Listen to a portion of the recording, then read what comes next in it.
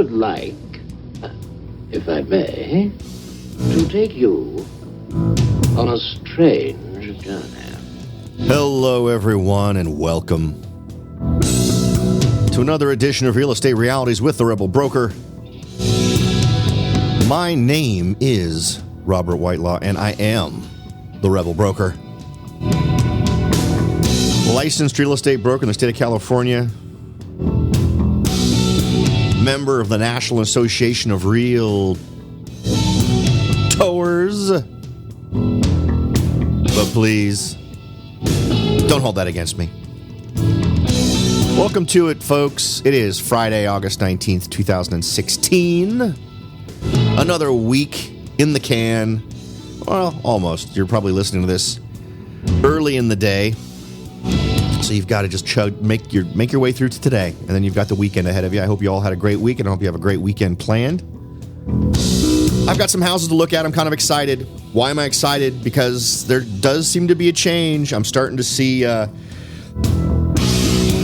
property staying on the market a little bit longer, getting a little bit more time to try to leverage the best deal possible.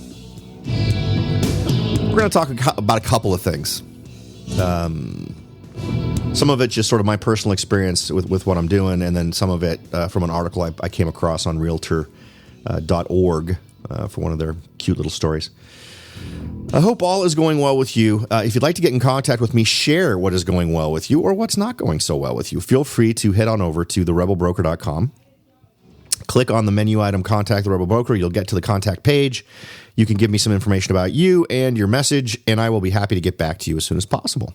And if you'd like to support the show, just click the button at the very tippy top of the page, titled something clever like Take the Survey to Support the Show, and you would be doing exactly that, taking a survey to support the show. I would like to thank Paul for reaching out. Paul is my fabulous LA guy. Who had me kicking myself for not following his footsteps with some of the smart investing that he did. He left a message for me to let me know tell me what his name was. And of course, if I had been smart enough to search my phone, I would have found it because my phone showed me it was from Paul. So I have his phone and the number and everything in my phone, and I just completely forgot about it. So apologies to you, Paul, for A, forgetting your name, and B, not realizing I could have just looked at my stinking phone and called you. But thanks to Paul for reaching out to me. It's nice to know you're still out there, Paul, and still listening to the show despite the fact you've moved on in amazing levels of success in what you were doing in Las Vegas. So, but he has volunteered to give us an update. So I'm going to reach out to him sometime in the next few days and see if I can't find out what's going on with him. He referred to it in sexy tones. So I don't think anything horrible's happening to Paul, but he definitely indicated that it was kind of a change of the scenery there in Las Vegas in terms of what's going on with those investments. I have a feeling that Paul will come out of this just fine. It may just be folks who didn't risk it in the first place or risk it earlier that might have missed the boat. Any other housekeeping stuff I need to take care of? No, other than just giving the show love, and I apologize for always begging for show love. The survey would be fantastic if you've got an extra couple of minutes and you just feel like doing something nice for the Rebel Broker. Go over to iTunes, write a review, give us some stars, that type of thing. It really helps promote the show. And I know I have harped on this now several days, but you guys are blowing the doors off. This month, August, is going to turn out to be probably.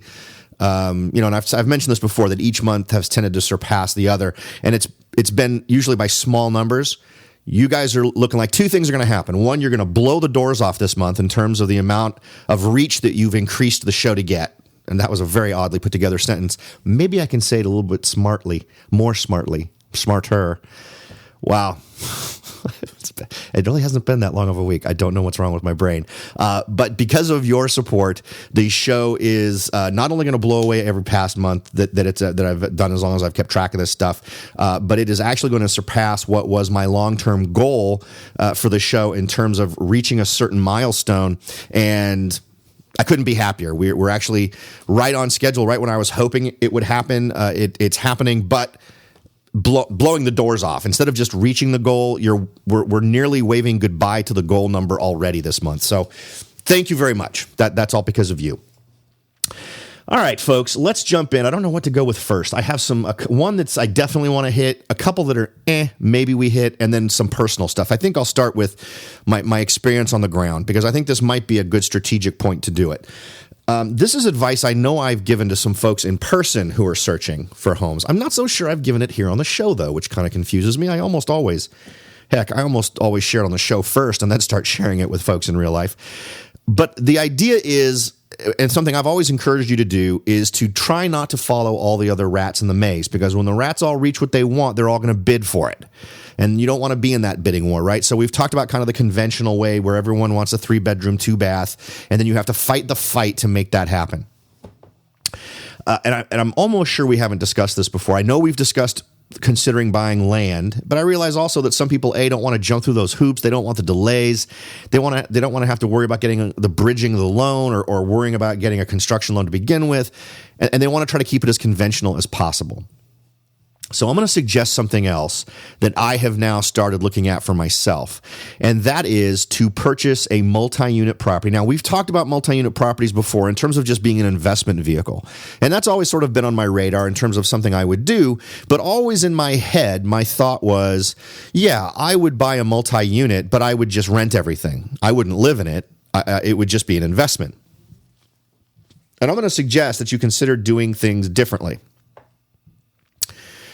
Because in most MLSs, this is a totally different thing. In other words, if you are interested in a multiple unit property, if you're telling your person that you're looking for a single family residential home, you're not going to get in your results any of that stuff. And here's something else that's interesting. I have found that on Realtor.com, these properties don't tend to show up. It gives you the impression that that's what you're searching for. But I've noticed when I do my search for myself on my city and area, using the MLS system I have access to, and then I use Realtor.com, I don't get the same properties. In fact, I get 0 properties when I use Realtor.com, and I get a pretty healthy number when I use my search tool. So here's what I'm suggesting. You can go ahead and continue to do your minimum 3-bed, 2-bath, whatever you want to do. But what I'm going to suggest is that you have your real estate agent create a search. And I'd actually suggest you don't limit it to that, because the numbers of these are going to be far fewer in most communities. Literally, when I just did a search on multi-unit properties in the areas I'm interested in, I think when I put no price limit on it and when I put no bedrooms and bath limits on it, I think it came up with 12 or 15 units. And what I'm going to suggest is that you consider these as solutions for your housing situation. And here's why. Number one, if you're really looking for a 3-bedroom, 2-bath situation, the odds are you're going to find it. It will. In fact, I have found several properties in my area where it's a 3-bedroom, 2-bath, and then there are 2 to 5 other units that are anywhere from 1 bedroom and 1 bath up to 2 bedroom and 1.5 bath type setups. So the great thing about something like this is you may end up paying a little bit more. In some cases, you won't. I found one 3-bedroom, 2-bath that was really in the same ballpark in terms of price as what you would pay for any 3-bedroom, 2-bath. Approximately the same square footage, but then it had a 2-bedroom, 1-bath unit. It was a duplex setup. So then you could rent that, and it was currently rented. The 3-bedroom, 2-bath was not rented. The 2-bedroom, 1-bath was rented for over $2,200. Well, that's awesome. And when you're talking about in this particular area, I think the price probably would settle somewhere around $620,000. That's below the average around here. So you're paying less than what you probably would have paid for a regular single-family residential home anyway. You're getting the space that you need, but you're also getting this lifting of burden in terms of financial burden by having this rental unit that you can use. And if worse comes to worse, you simply don't use that second unit as a second unit. If you really need those bedrooms for something, well, you put other family members in it. But it gives you that flexibility to have this other unit that just by moving folks out of it, you can suddenly start renting that and making some money. So I wanted to throw that out there as a suggestion, and that's one of the things I'm actually going to be doing this weekend. I found 2 properties that would work really well for me, and I'm having to be a little creative. Now, if you remember, I'm not sure I ever mentioned this, my ideal situation would be a 4-bedroom, 2.5 bath, just because I have too many children. And I'd like to continue to be able to have them have their own separate bedrooms, just because I've still got another couple of years worth of high school with them. So what I'm considering doing is getting something that's 4 or 5 units, where one of them is where there's two bedrooms right next to each other, and I just knock out a wall between the two and have a door. So that would be my one unit, and then I'd continue to rent out the remaining units. And then when the boys move out, head off to their own thing, patch up the wall, and I can now rent that other space. And I can move myself out entirely and maybe find another home and keep that property as a rental. The key to defeating the negative stuff in markets, in terms of discovering that you've got tons of competition and just end up in bidding wars and all these other kinds of things, is to try to find that road less traveled. And that's going to include things like the construction options. It's going to include things like maybe going for properties that are multi-unit that most people don't think to search for. Mostly it's investors thinking those things. And ordinarily, you're going to find yourself not having to go crazy in terms of feeling like you're competing with a ton of different folks. Now, it may complicate your lending situation. You'll want to make sure and bring this up with your lender. Now, I've talked to my lender about it, and they're fine with it as long as I'm occupying as my primary residence one of the units. They don't care. So they're actually pretty cool with it. In fact, they're even willing to lend me more, because that one of the units and one of the properties that I was discussing with them is already occupied and the tenant's paying rent. So if I make an offer and I keep that tenant, then they'll consider that money as offset for my monthly debt. So I thought that was kind of cool. So make sure to keep that option open. It may work out well for you. It's really going to come down to what kind of lifestyle you're willing to live, because remember, you'd be living in this, it'd be the building with multiple units, but you'd be right next to folks who are renting from you. So it's one of those things you have to decide that that's a lifestyle you're willing to embrace. And then have a plan. If you don't like it that much, but it's a great first step for you to build that real estate empire, just have an exit strategy. Think, okay, we do this. We are getting this much more cash flow because we're doing things this way. We save X amount of dollars to start putting towards the next property. And then when the time comes, a year, 2 years, 3 years down the road, you start shopping for the property that you're going to move into to be your single-family residential home. I think that's a great way to potentially jump in and really make that stuff happen. So, all right. So the next thing, what we're going to do here real quick is take a little bit of a break, and then we'll come back and we're going to go ahead and talk about inspection problems that the folks at Realtor.org say you just can't ignore. So don't go away. We'll be right back. Are you ready to jump in and start your search for your first investment property? Maybe you've decided that it's time to own your own home, or maybe you're ready to sell your home and move on to something new. No matter what your goal is, the Rebel Broker can help. That's right, aside from hosting this show, I am also the owner-broker of Whitelaw & Sons Real Estate Services right here in Silicon Valley. With over 25 years experience serving Silicon Valley, Morgan Hill, San Martin, and Gilroy, I or one of my great agents can help you achieve your goals in real estate. So if you're ready to look into taking that next step towards achieving your real estate goals, point your browser at www.soldbyrobert.com. That's www.soldbyrobert.com and get in touch. Let me show you how I will earn your business and your respect. Again, that's www.soldbyrobert.com, or you can call me at 408-852-0525. California Bureau of Real Estate ID 00984-909. Welcome back, everyone. Now let's go ahead and turn towards Realtor.org, checking out one of their latest articles relating to inspection problems that you just can't ignore. And they don't list very many here, which is kind of odd. I think this list actually should be a little longer, so we may talk about some of that. But let's get into them, and then we'll talk about the things that reveal this stuff. Because if your realtor is doing their job, these aren't things you shouldn't get too worried about. These are things that would be revealed in just about any home inspection, and definitely any termite inspection. So just keep that in mind as we go through this relatively short list. Now, first, number one on their list is damaged foundations. Quote, hairline cracks in the foundation tend to be signs from the house settling, but large cracks, even uneven blocks or bowed walls, could signal a more serious or pricey issue. Have a structural engineer examine the foundation if such a problem is uncovered. It could be very serious, according to Frank Lesh, who's the executive director of the American Society of Home Inspectors.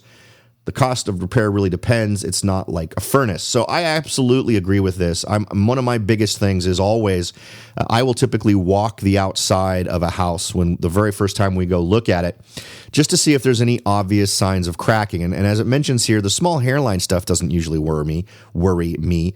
But if they're larger, and if there's a case where I can actually see through to the darkness of the crawl space, that's a huge deal. And if you see a similar crack on the other side, if you see a secondary crack elsewhere around the perimeter, that's really bad news. The single crack alone is super bad news, but two is just a huge multiplication of the potential problem.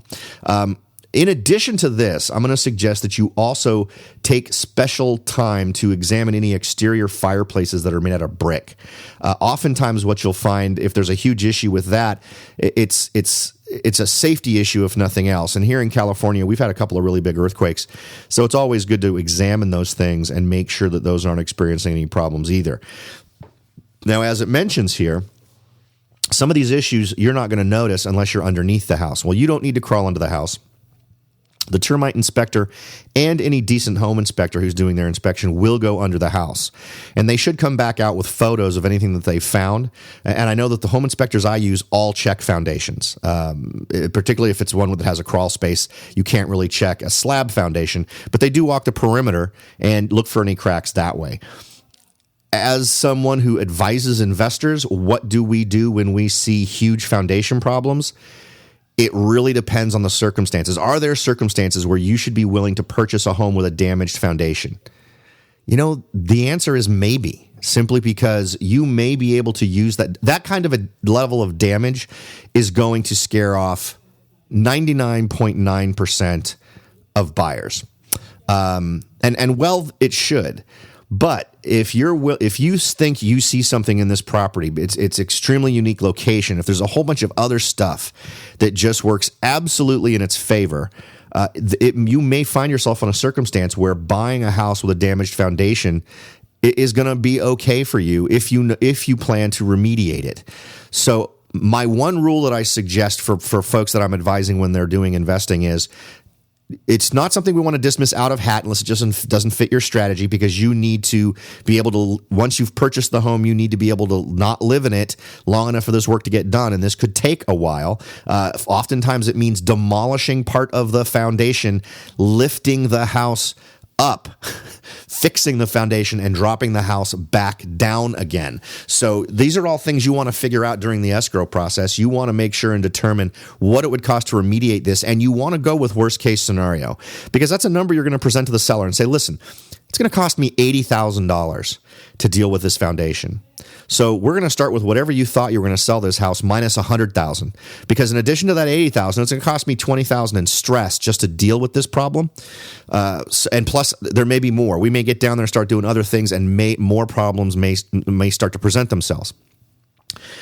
And who knows? There could be tons of other things you want to do. You may find that the home doesn't have copper piping, and when you're lifting the house up like that, it makes tons of sense to make that the time when you're going to upgrade the copper piping in the house. But again, if it ends up when the process is over with you owning this house and you've gotten it at this amazing price, even after you add in the cost of doing the repair work, I think that's still a great deal, and particularly in competitive markets.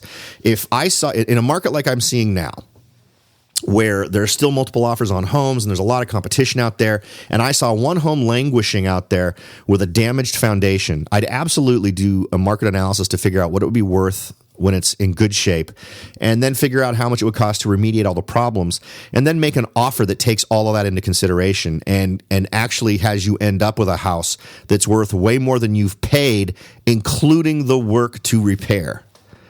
And if you can get a seller to accept that, and it may be tough if they haven't had that house on the market for a long time, but if they've been trying to sell it and no one's been willing to take on that problem, you absolutely may find yourself in a position where you can get a great deal, where getting a great deal is nearly impossible. It's just a question of letting yourself get scared off by some of these big challenges. To the typical investor, someone who's doing this as a first-time thing, this is not something I'd suggest.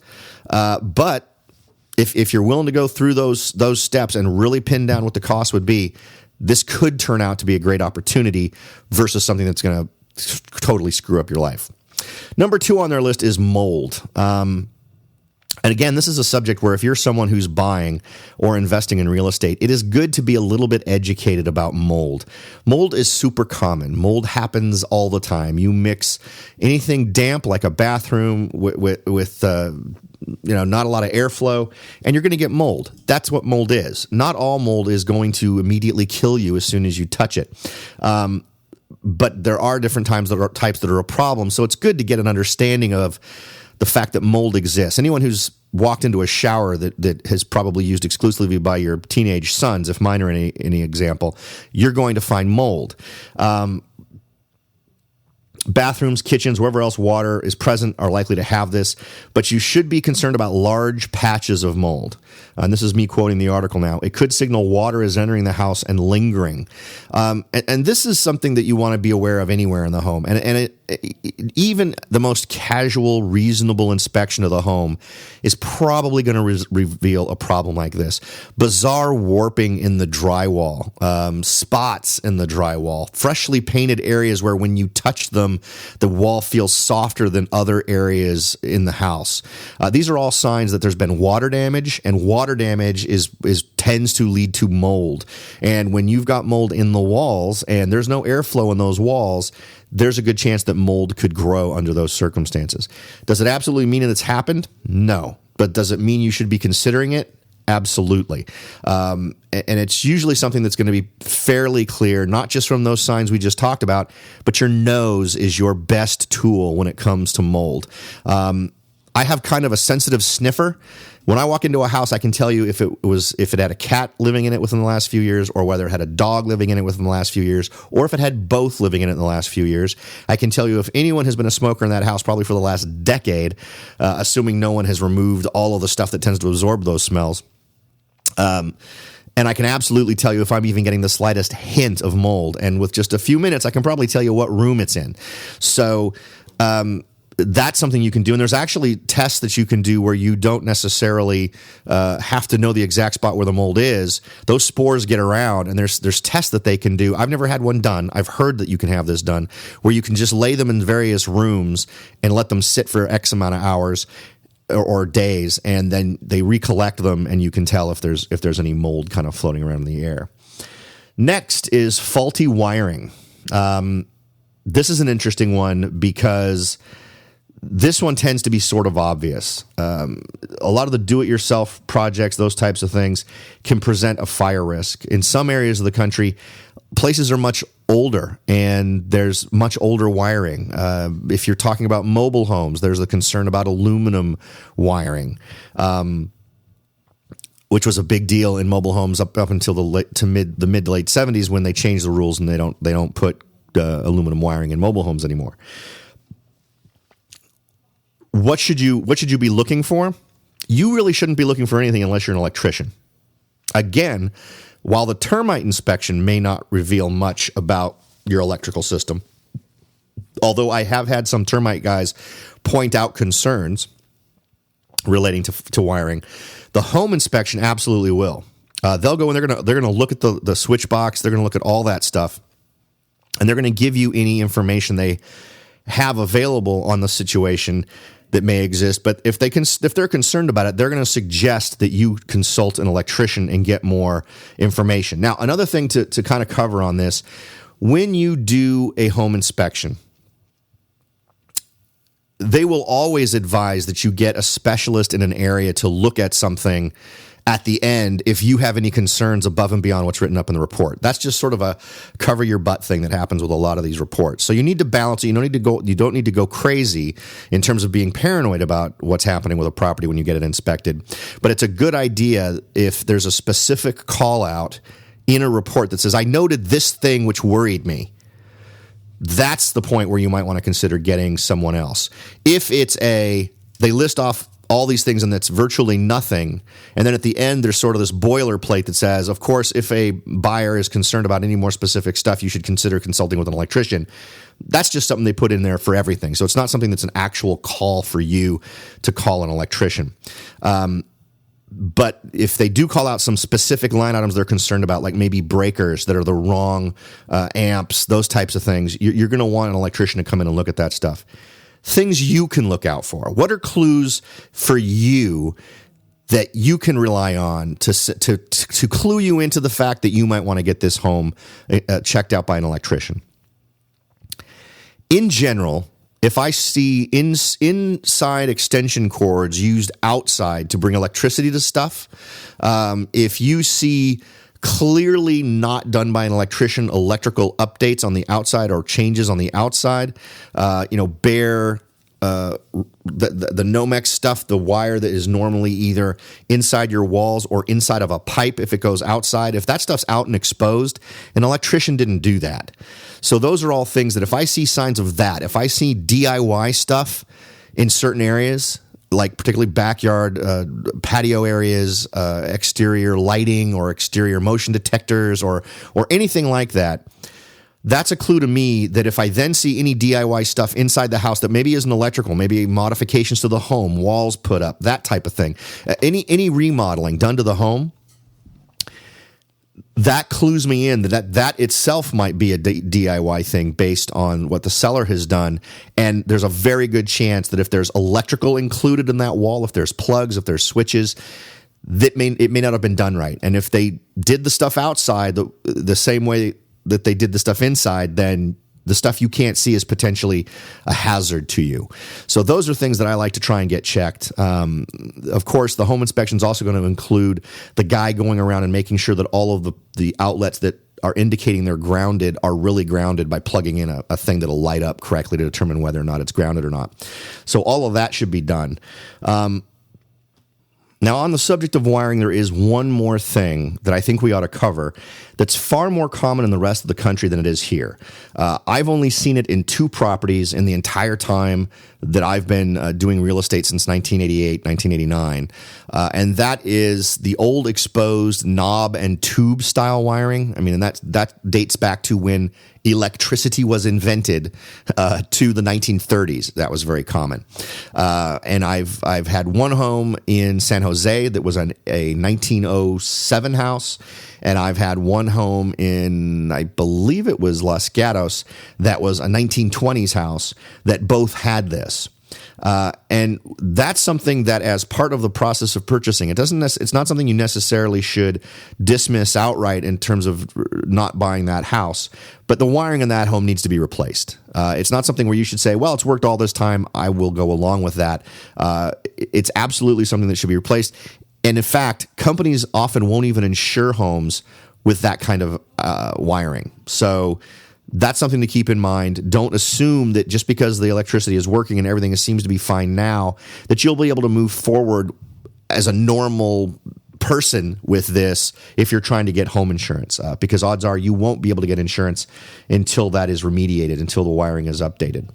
So if you are purchasing a home, if this is a normal state of affairs for properties in that area, and I would imagine that any realtor you're working with in those areas is going to be familiar with this problem and can probably give you an idea of what the cost will be to rewire, but absolutely make that part of this purchase. Either make it something that's going to get fixed before close of escrow, or if you're using this as a negotiation tool, get a firm bid from someone on doing the work and get the seller to credit you that amount in the escrow.